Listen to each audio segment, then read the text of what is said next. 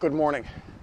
Back in May, President Biden announced tariffs against Chinese products. He's in a very tough re-election fight, and in certain states, particularly in the upper Midwest, he hopes that these tariffs are going to help him with manufacturing workers. Most of the attention and reaction were focused on Biden's huge new tariffs on Chinese electric cars and on Chinese lithium batteries. Those tariffs got most of the headlines and the media attention.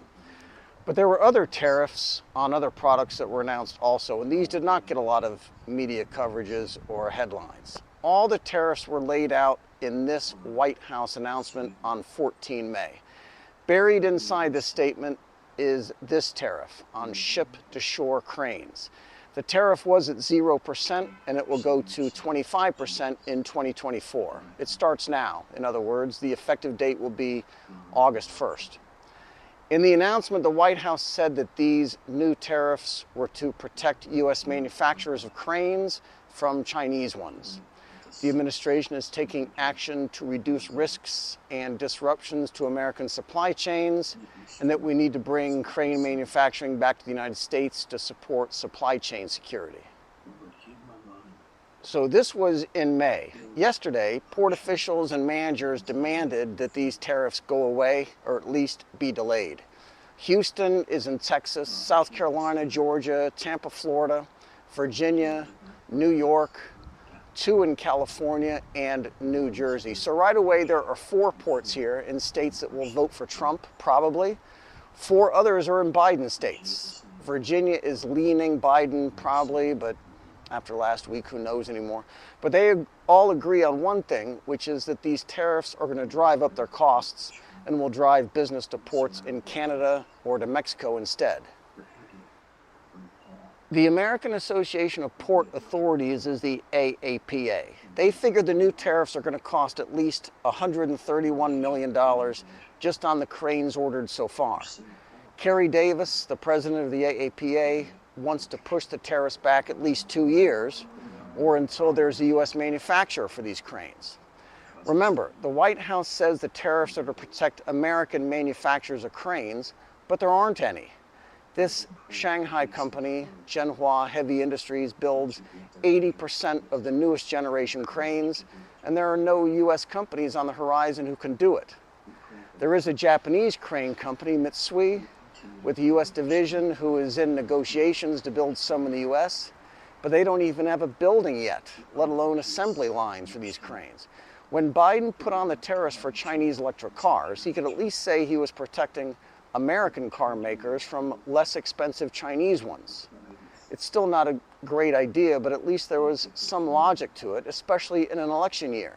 But there are no American companies building port cranes. There's no constituency here of working class voters building port cranes who are trying to compete against Chinese built cranes, who need tariffs against Chinese ones to protect their jobs.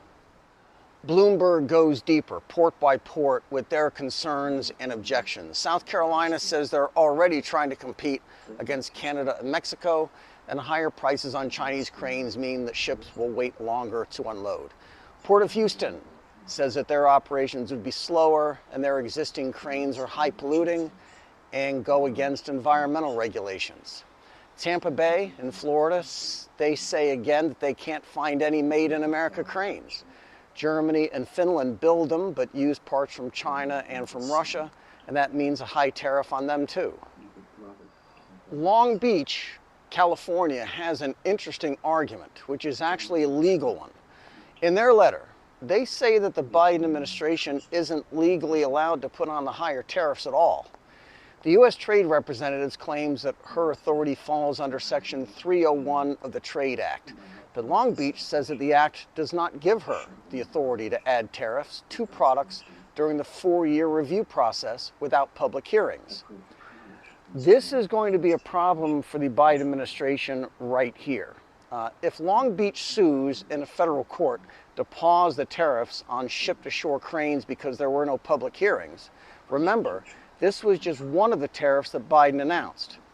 Were a judge to validate the argument for ship-to-shore cranes, it could also hold for all the other tariffs that the Biden administration put on back on 14 May.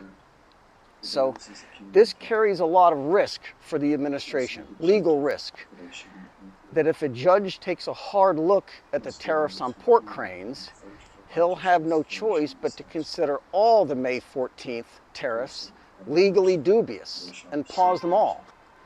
Last week, the Supreme Court overturned what was called the Chevron doctrine, which gave federal government agencies working for the executive branch very broad powers to interpret laws passed by Congress, the legislative branch. In striking it down, the Supreme Court is saying that the executive branch has powers to enforce laws in strict accordance with the language of the laws themselves. So officials working for the president cannot invent new powers for themselves to write and enforce new regulations that lawmakers did not expressly give to them. And so the port managers in Long Beach believe that this is what the Biden administration did. They took the Trade Act of 1974 and assumed powers to raise tariffs without public hearings. And the Trade Act does not give them the power to do so. So this is a total mess now, made more so because the White House is in crash mode and isn't taking phone calls. I would guess that the U.S. Trade Representative, Catherine Tai, might announce that in the case of the port cranes, she is granting a delay on those particular tariffs from 14 May, just so the port managers won't try their luck in a federal court. She might wave through the Chinese cranes to keep the port managers quiet until after the election. But that's just a guess. This is Shaolin Temple in Henan. It's a Kung Fu temple. Be good. Seek and you will find. Knock and it will be open to you. Everyone who asks receives. He who